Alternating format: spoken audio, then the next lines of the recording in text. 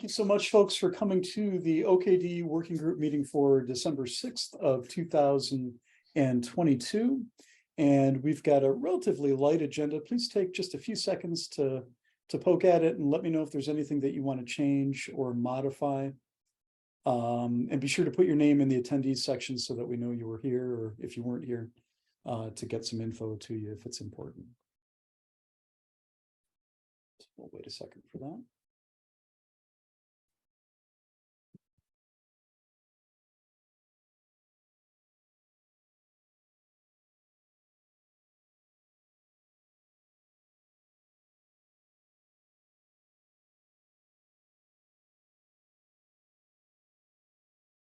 Anything that folks want to change or modify? Are you good? No? Okay. And then let's go ahead and get started with the OKD release and CI/CD updates with Christian and Luigi et al. Go ahead.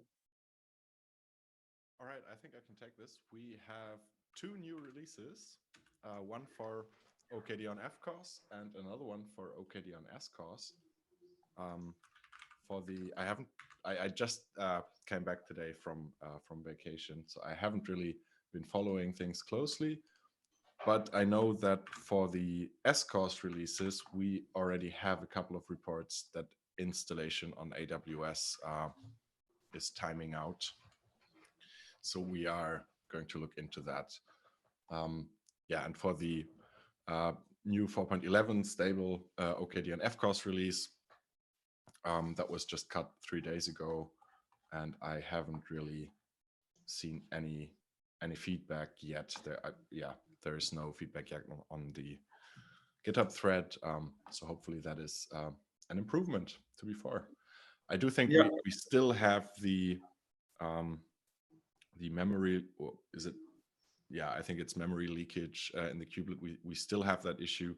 I think we just have to wait till a new version of Kubernetes lands. But yeah, that's it for me. Very quickly, I will put the link to the new SCOS release in our agenda here as well. Sorry, go ahead, Jamie. No, well, why don't you go ahead and say your bit, and then I have a question for Christian. Yeah.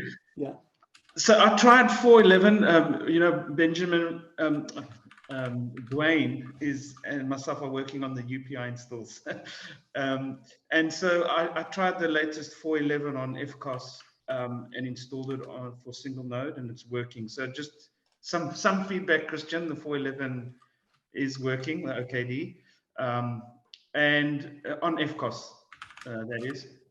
So I haven't tried the SCOS yet. And then, yeah, the release.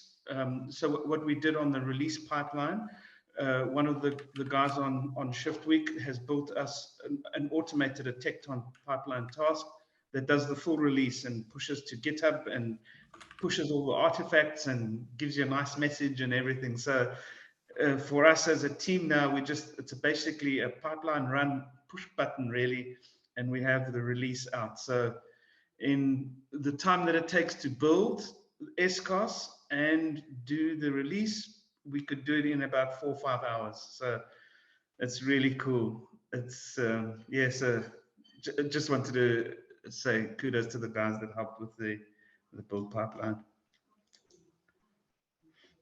Excellent. I have a quick question. Maybe one of you can answer. If not, we might have to get Vadim into it. We had several people over the weekend who had who installed the OKD release that came out. What was it, the 12.2 release? I think it was that came out, and then they got offered a nightly. Can you illuminate us a little bit about how that could happen, and is that something that we should be aware of to communicate to folks that it's a known issue? Can you tell us a little bit about how that would happen?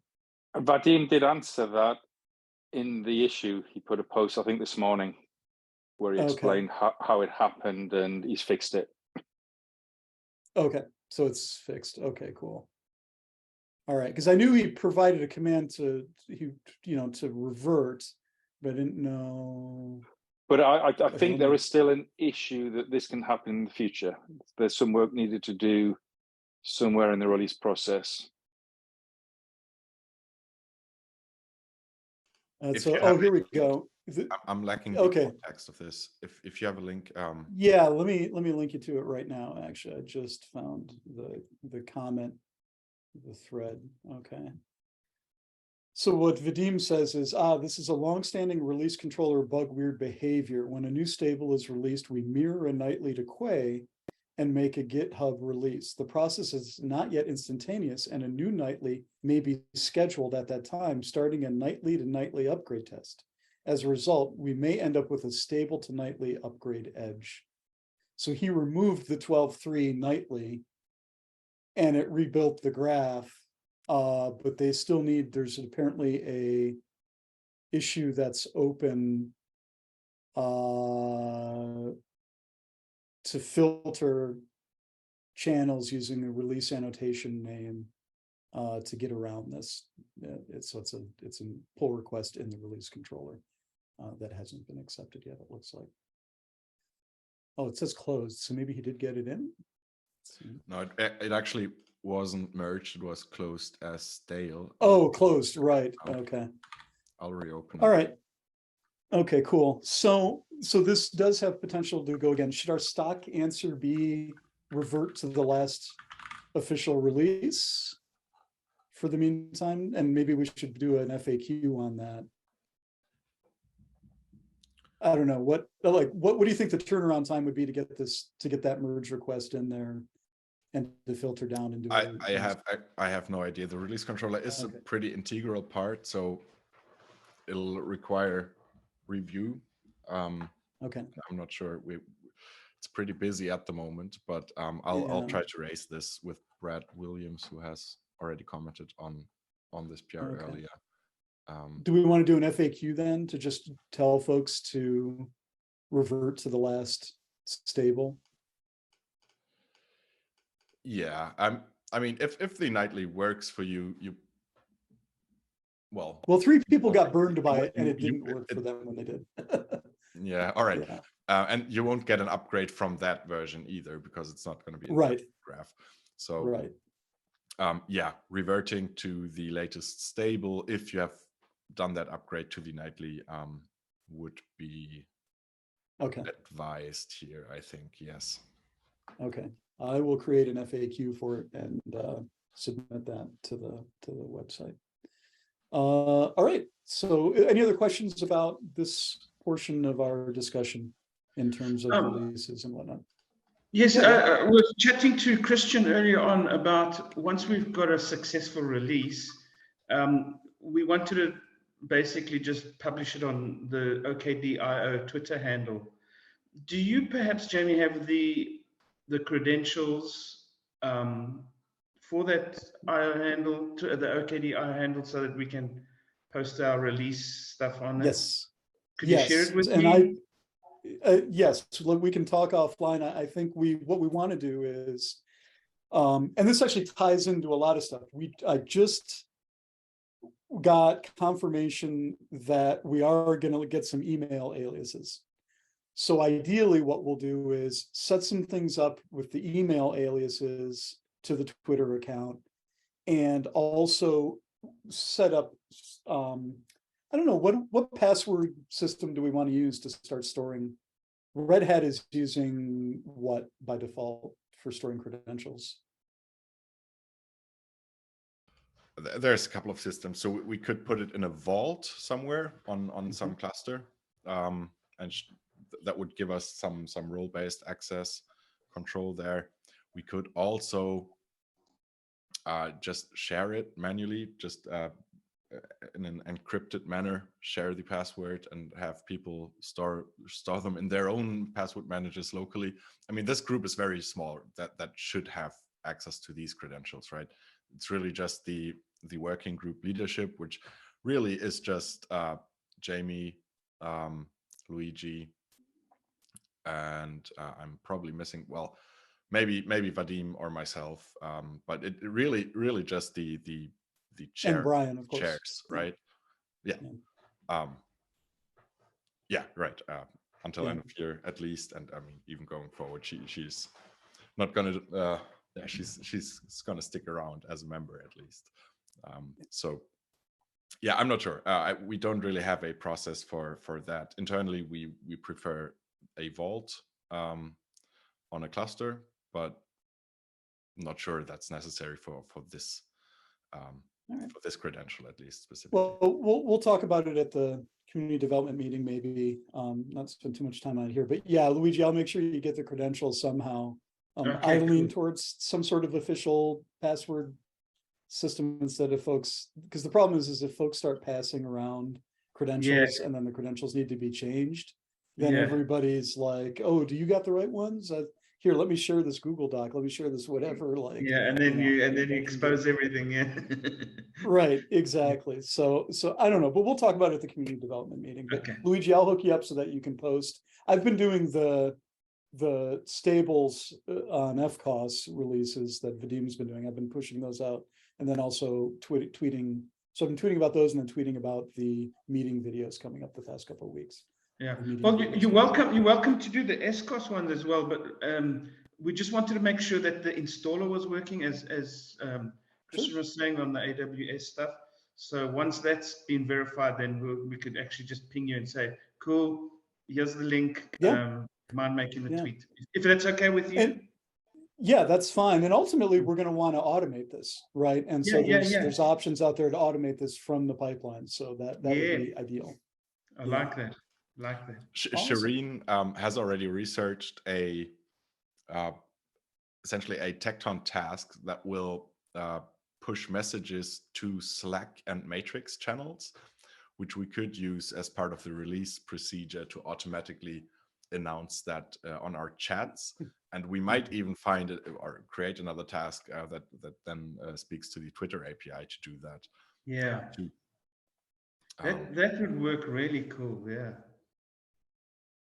Yeah, there's lots of opportunities here for making releases less work and automating all the things. And I think we're taking big steps towards that now. Excellent. Jack, do you want to reference, you mentioned something in the chat, and I think it might be helpful for the group to sort of hear what you mentioned in terms of CGroups and sort of this ongoing. Yeah, good evening, everyone, or good day, everyone, depending on where you are. It was sort of related to what I put in the agenda at the bottom, so I hope it's okay that we kind of skip ahead, but I'm sure that lots of people have noticed that on 4.11 there is this issue with the CGroups not being cleaned up. And so the issue has been very active on GitHub. And I feel like half of the comments are actually just people trying to figure out which CGroups versions they are on, if they are still on V1 or a V2. And in fact, also today, we just noticed that like we are not entirely sure. And depending on which cluster you look at, like it's a different cgroup version, and that's really not helpful for debugging anything or deploying anything. So our like quote unquote older than OKD 4.9 clusters are still using the cgroup V1, and everything that has been created afterwards is defaulting to V2 only. And well, it's just super confusing. And I'm not well, first of all, I don't think this was really publicized when the OKD 4.9 release came out, that OKD will now default to cgroups V2, which I think is already the first misstep that kind of happened. I understand that like OKD is trying to like test out all the new features and stuff like that, so it's totally fine, but like at least make people properly aware of it. And then also this behavior that only new clusters will only get it by default, but old clusters will just keep their current behavior silently, is I think also just extremely dangerous, because it's not just confusing admins, but also now that like we as a community get issues on GitHub, like you never really know if the person is now running cgroup V1 or cgroup V2. So it just complicates everything massively. So I believe there was a task to eventually switch over all clusters to cgroup V2. At least that's from what I understood from there was a discussion thread called Road to OKD 4.9, but I don't think that ever happened. And I think this should be looked into and kind of like straightened up, and maybe also again another FAQ entry saying, hey, this happened. If you want V2, then please do this and that, but be aware of these and that side effects, and well, also be aware that actually by default new clusters will have it, but your old clusters will not. Yeah, Christian, can you shed some light on that? And if you can't, that's fine. It's Yeah, more not a from lot. Vadim's I time. think this is a question best asked to Vadim, because he's been kind of working on this. And I do agree that we might have, that we certainly messed this up in both functionally and in communications as well. So yeah, ideally we can still add that task to upgrade any cluster that has to switch any cluster over to CGroups v2 if it isn't already going forward. And then yeah, we'll have to kind of dig into the I'm still not entirely sure what the cause is of this bug. And I think Vadim has been saying that we are waiting for the new Kubernetes version to land, and then the issue at hand here will go away. But we haven't really been able to verify that. I think I haven't really been following it super closely. So best we get Vadim in a meeting somehow and talk to him directly. Okay, I actually just messaged him and asked him to clarify a little bit. My thought would be if we could have a table in the FAQ that's like, under these circumstances, you've got V1. Under these circumstances, V2. Under these circumstances, you can go from 1 to 2 or whatever. Bruce says here, go ahead. Yeah. Yeah, I think it's a little bit more complicated than that, because originally when Vadim went to V2, it was required to be an upgrade if you wanted to change. But I've noticed that I never upgraded to CGroups v2, but my cluster is running both v1 and v2. So somewhere there was an automatic upgrade. Well, I think that's the old mixed mode actually. Yeah, probably, but that was not there originally. Like when I saw my cluster, it was v1, and because there were some versions of the Java JDK that didn't work on v2, and weren't planning on being upgraded to v2 with those are like adopt open JDK or whatever open source versions.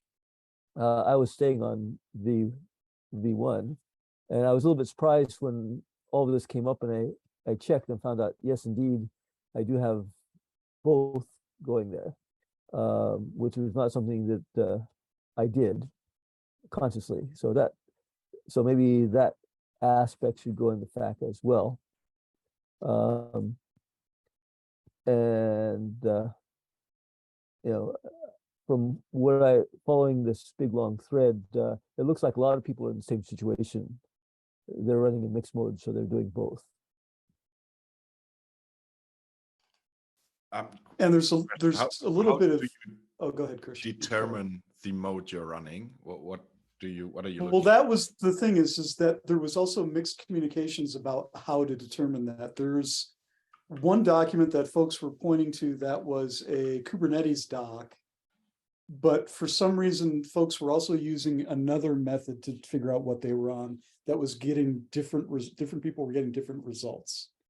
And I don't have the threads in front of me for it, but I think that should be included in the FAQ as well, as how can you actually check to be sure which you're running? Yeah.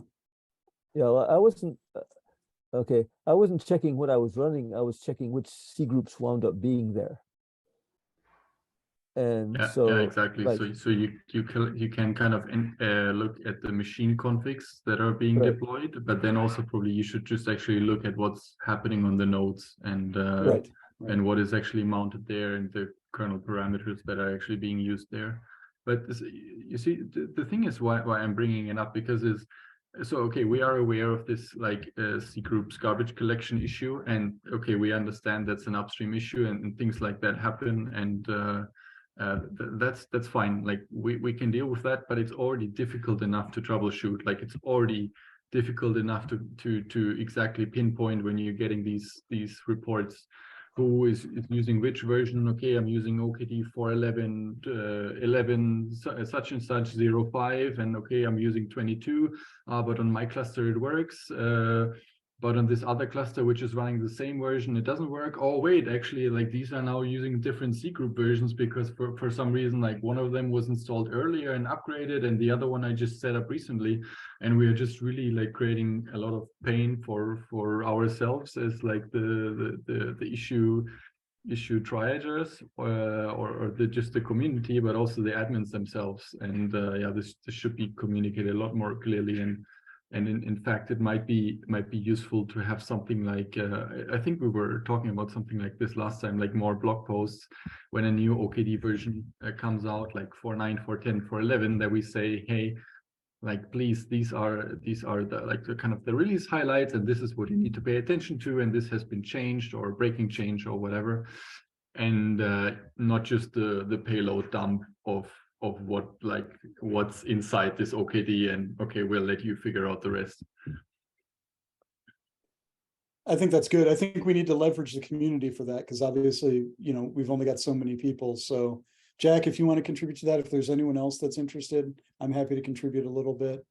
But yeah, it would be great to actually have in our release docs like known issues type stuff or possible issues type stuff, so that folks are aware of this. Because if we want to be pro, right, we have to provide this information. And if we want OKD to be used for something other than hobbyist projects, then we need to provide this information. Yes. Agreed. But there's also an upstream problem. I mean, like you said, Jack, the CGroup v2 stuff on Kubernetes, it's based on stable 125, and then you got your minimums, cryo and container D requirements, and if they're not met, it's not going to work. So that should also be highlighted and noted. Yeah, but then the question is, why has OKD opted to use CGroups v2 by default if the minimum requirements are not met, right? But I think as an actionable first step, maybe we could just start with a changelog document in the OKD repo, so we don't like put too much, like, yeah, blog posts and everything are nice, but we don't want to put too much how do I say, like, barrier into it, like too high of a threshold. So maybe we can just start with a changelog as easy getting started, and maybe from there we can grow it then. Well, the releases do come with a changelog, going, I guess, with each artifact and what problem reports were fixed.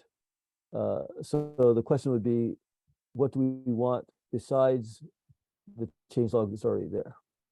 Like, it's at a very detailed level.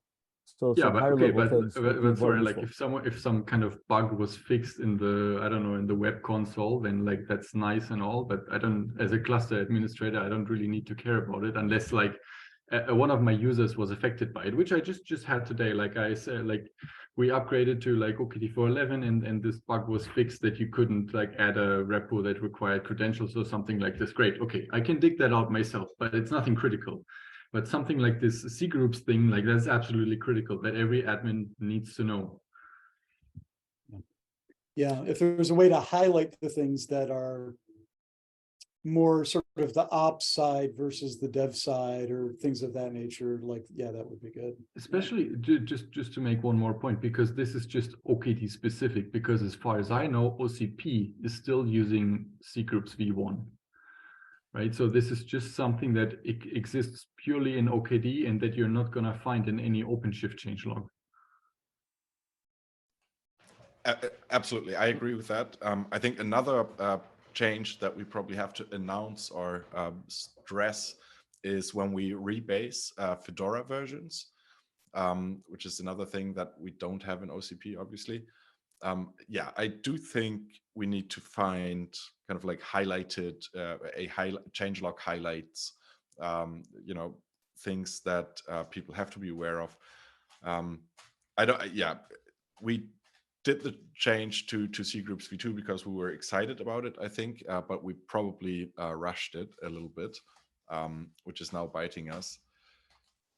I do hope that for people that are still on CGroups v1, they don't hit that problem, right? So one thing that might work is to switch back to CGroups v1 on newer clusters, and clusters that are still on the older version haven't upgraded anyways, because that needs to a manual edit of the machine config that is setting the kernel arguments, because those aren't changed during upgrades. They get created as a one-time operation during install, and then they are just carried forward, and an upgrade will not change those, and we don't really have a mechanism to edit them on upgrade, unfortunately. Yeah, so which is fine. We should just like call that out in the change log, like, hey, this has changed. If you want the new behavior everywhere, like, please then like manually copy the machine config. Nothing else. We need that. One thing that was especially confusing is actually because if you dig somewhere in the OKD docs about all of these like kernel arguments and CGroups v2, you actually find one of the pages that I assume has been copied from the OpenShift documentation that actually says, oh, CGroups v2 is only a technology preview feature and you can enable it this and that way, which kind of would indicate, right, that it's not enabled by default. And this is in the OKD docs, but in fact, it is enabled by default in OKD. So this is kind of just where all of this confusion comes from. And then, of course, at the end of the day, like everyone, including ourselves, super confused, like what you're actually running. Yeah. This Jack, is actually because we are generating the docs from the same sources. Could you open an issue on the OpenShift? I was literally going to say that. Yeah, let me give you a link, Jack, to where you can open that issue. Yeah. I'm also happy to submit a PR for it. I just need to understand if it's not gonna get automatically overwritten by something, or you know. Yeah, we do have the ability to distinguish between two releases for things that aren't the same. We're still catching these things in the docs. So if you go to the link that I provided, there's a little bit of description of how you can target it directly to Michael, our OKD docs person. And so that's the way to do it. So open it up on the docs and then follow the process that's outlined in the link that I provided. And then that will make sure that it gets addressed. Excellent. Thanks, guys. Yeah. Christian responded that he's going to summarize that thread and what the situation is with CGroups, and that it's actually multiple issues. So as soon as he gets that summarized, we can turn it into an FAQ, I think.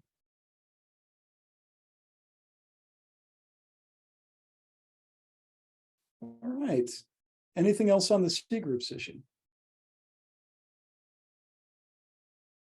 Oh, one thing, actually, Timothy, can you talk a little bit about how the Fedora Core OS folks handle upcoming changes in Fedora, the process you have of and I participated in it a few times, you know, when I was involved a little bit, but this process of, oh, there's these Fedora changes coming. This is how it's going to affect Fedora Core OS, and you sort of go through a cycle and create a list and stuff. Can you outline it a little bit for this group so that they're familiar with that process? Because I think it's a good process. Yeah, sure. So the idea is that when we make a change in Fedora Core OS, usually when it's a big change that impacts more than just Fedora Core OS, but generally impacts Fedora, we do that via the change process. So in Fedora, there's a change process where you submit your change and then it gets approved. It has a whole set of steps, and you're essentially publishing what you're going to do to the community. And we do that for Fedora Core OS too. So part of our change are published this way, and we also track the rest of changes that happen as part of Fedora. So for every new release of Fedora that happens every 6 months, there's bunch of changes that happen that are made either by us or by other folks inside the Fedora distribution.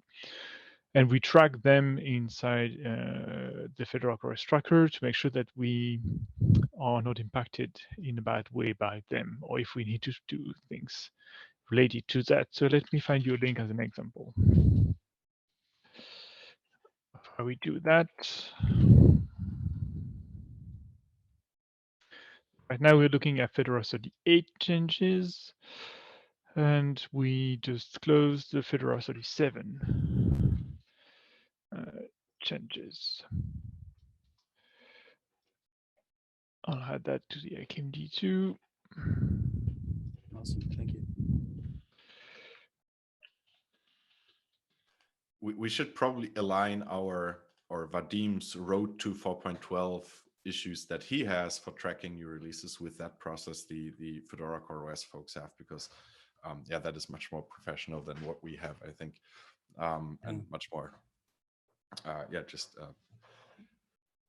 seeing more things there. So yeah, thank you for pointing that out again, Timothy. I think, yeah, Fedora Core OS has an awesome process in terms of how you document upgrades, and we yeah, under the hood we are using FCOS, but it's not, we don't have that clarity when we do upgrade, especially major versions. Introducing CGroups v2 was one thing that kind of came with a major Fedora upgrade, and we just took it in as well. So in the future, I think we'll probably include the Fedora Core OS nodes when we also rebase. Yeah. Excellent. Very cool. So Thanks, just Timothy. to compare, this is what the road to 4.12 issue we have currently. Yeah, we could fill that out a lot for sure. Yeah. Cool. All right. Yeah, that gives us a little bit of direction. Oh yeah, go ahead, Timothy. Yeah, just a few notes. We also have a major change page in Fedora Core OS that I'm linking again into the notes. That has a little bit more details. And usually we announce changes in Fedora Core OS via the mailing list, the Core OS status mailing list. But yeah, we follow the life cycle slightly different from OKD. So in Fedora Core OS itself, so not all changes apply at the same time, etc., etc. That's like the trick here. All right. Well, we can have a discussion, I think, in the community development group about how to sort of message this out to folks, you know, because we actually don't have like an OKD users mailing list. We've got the working group, Google group mailing list, but we don't actually have like a single like communicate things. We've got the social media, but nothing like email or anything like that. So maybe a discussion is in order to see if we want like a mailing list just for announcements or something like that. I know there's probably one more question for Christian that's brewing. I know myself and Brian and maybe a few other folks are curious about operators and operator catalogs. And Christian, what can you tell us about where we are, or Luigi for that matter? Where are we in our road to a catalog?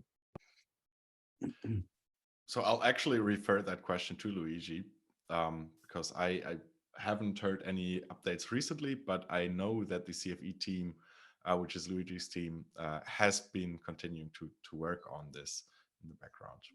Yeah. So to be honest, we've left it at a very generic build pipeline for Tecton.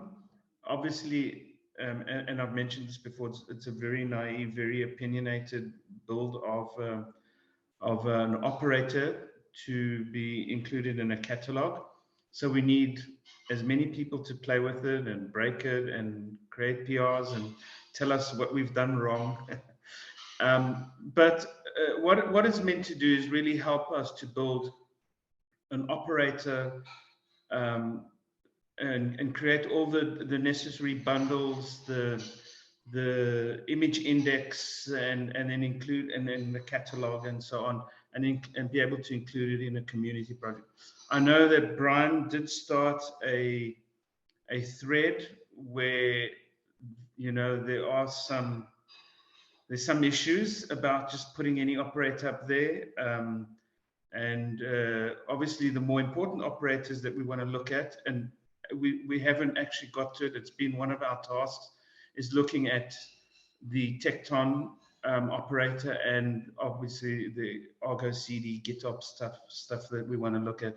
But we've just been slammed as a team. We've got some other issues with IBM that we're looking at, and you know that IBM does own Red Hat, so they have become more important.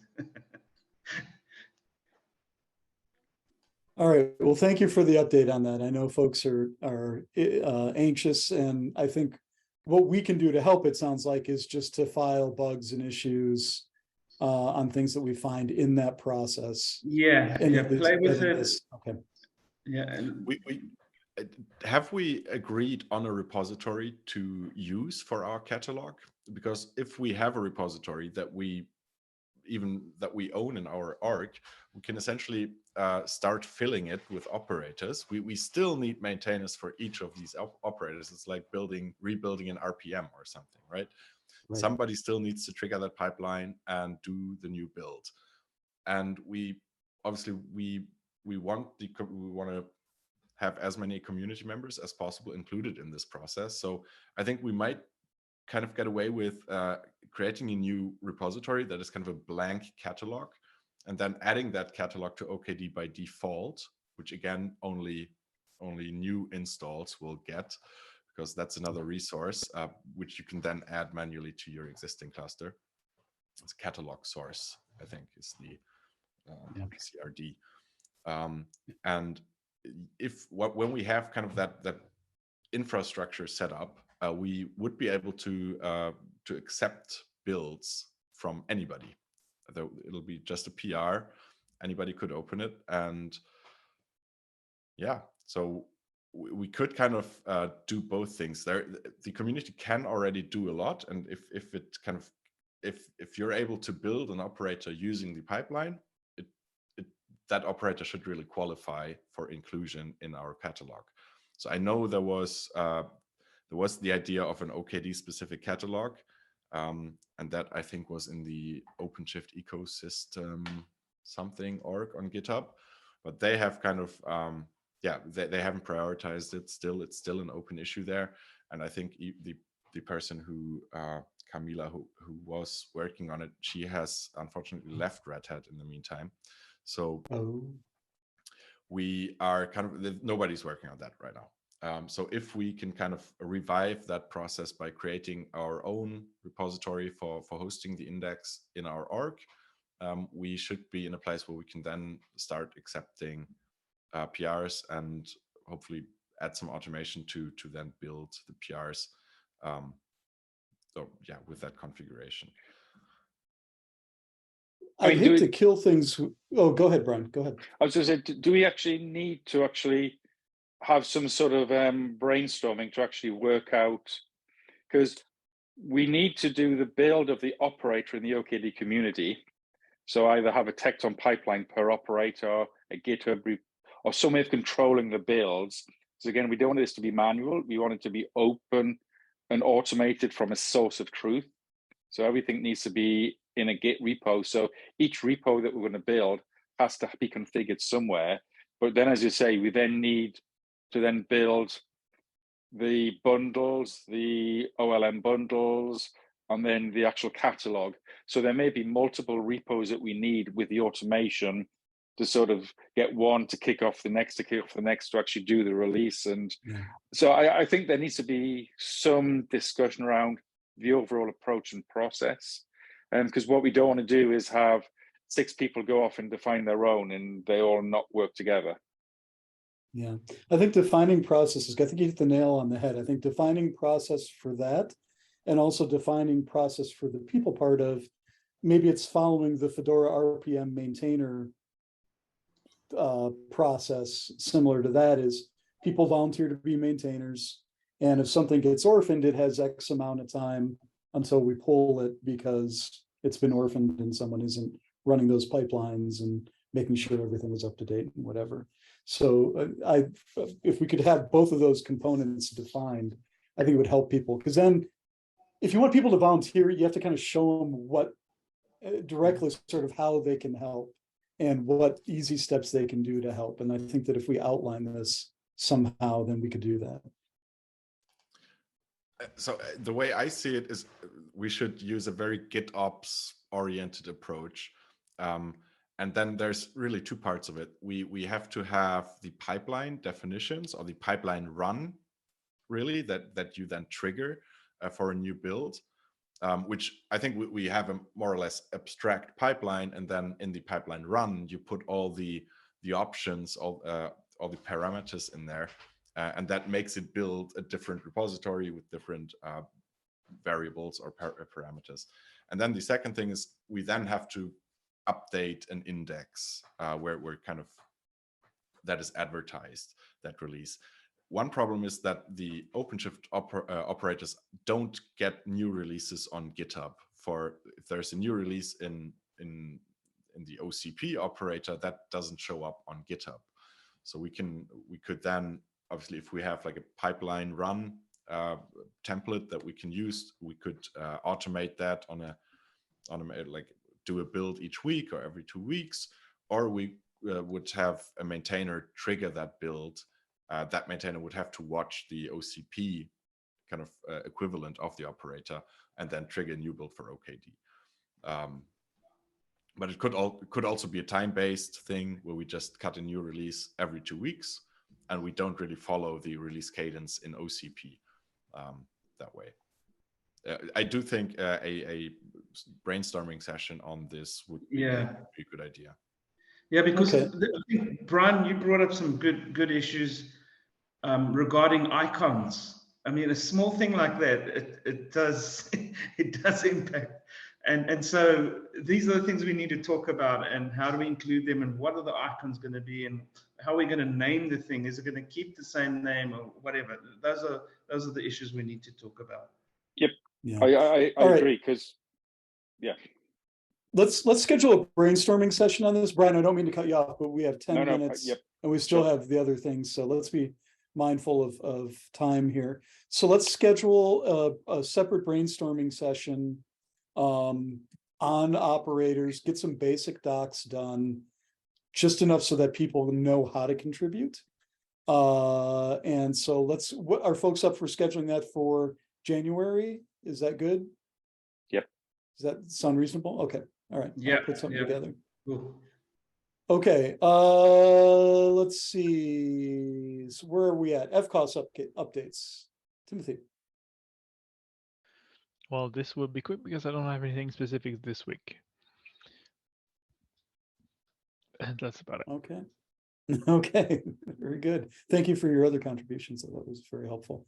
Okay. Community development updates. Brian. Okay, we had a meeting last week.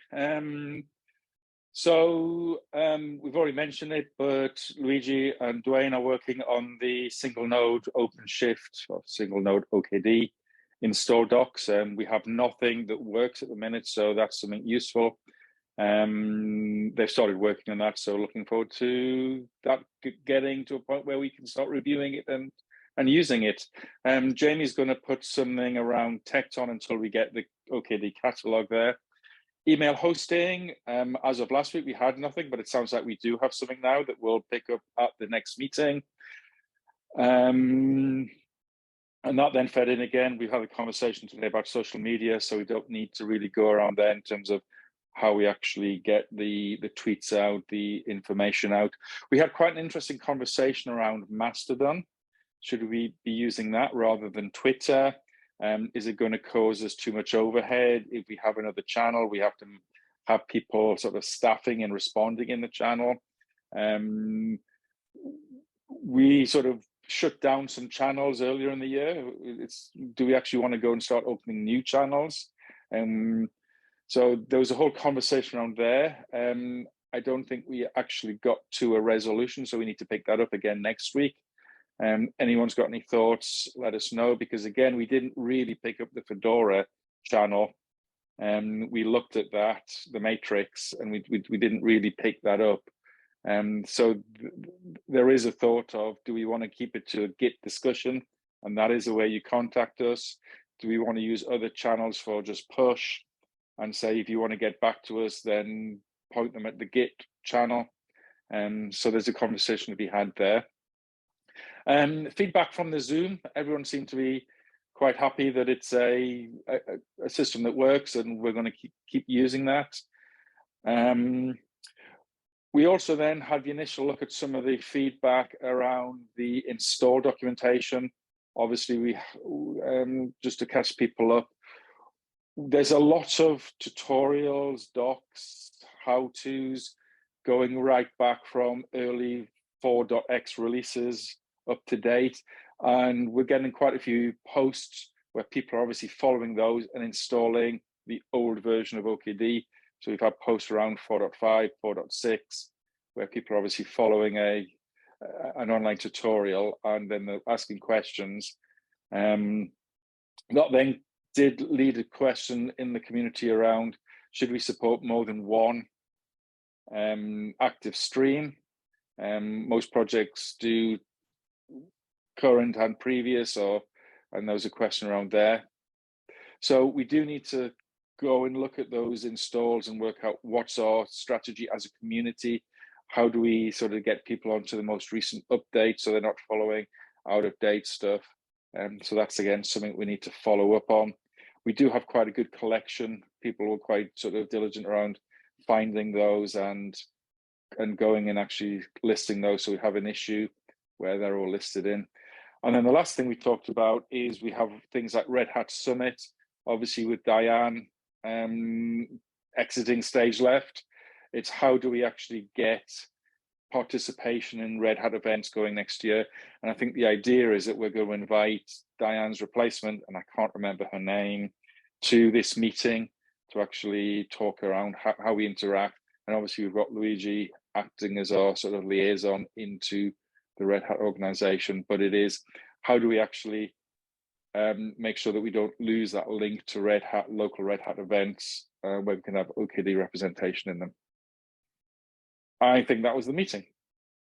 Yeah, I'll add a few other things, which is that El Mico did volunteer to get some Mastodon info together, because there's the question of, well, what if we were to go to Mastodon, what server would we go to and stuff like that. And so he's going to bring some info to the next community development meeting. I think one thing is that is it Karine? She is not a Karina. She is not a direct replacement of Diane. Apparently, she's slightly different in the structure. So I don't know that we'll have the same time allotted to us, but we'll see what happens. We are going to do an invite for probably this main meeting in January. So that'll help get the conversation going. Yeah.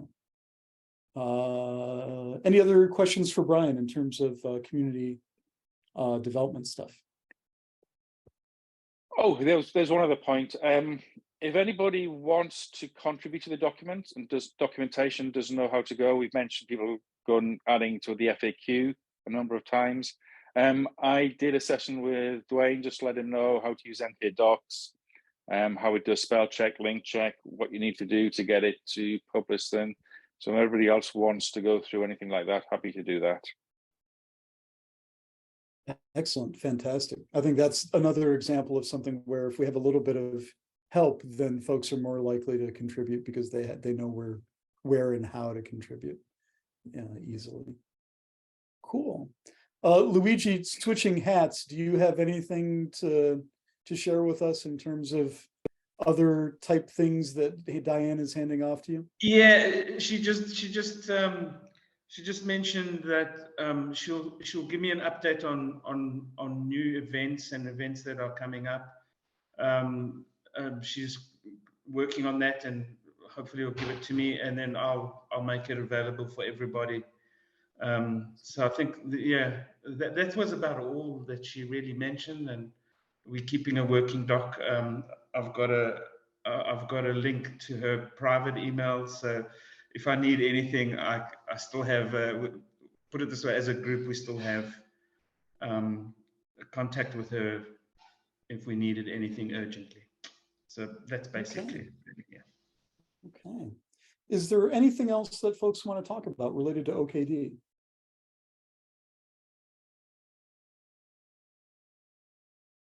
All right, I'm going to stop the recording. Wait 1 second here.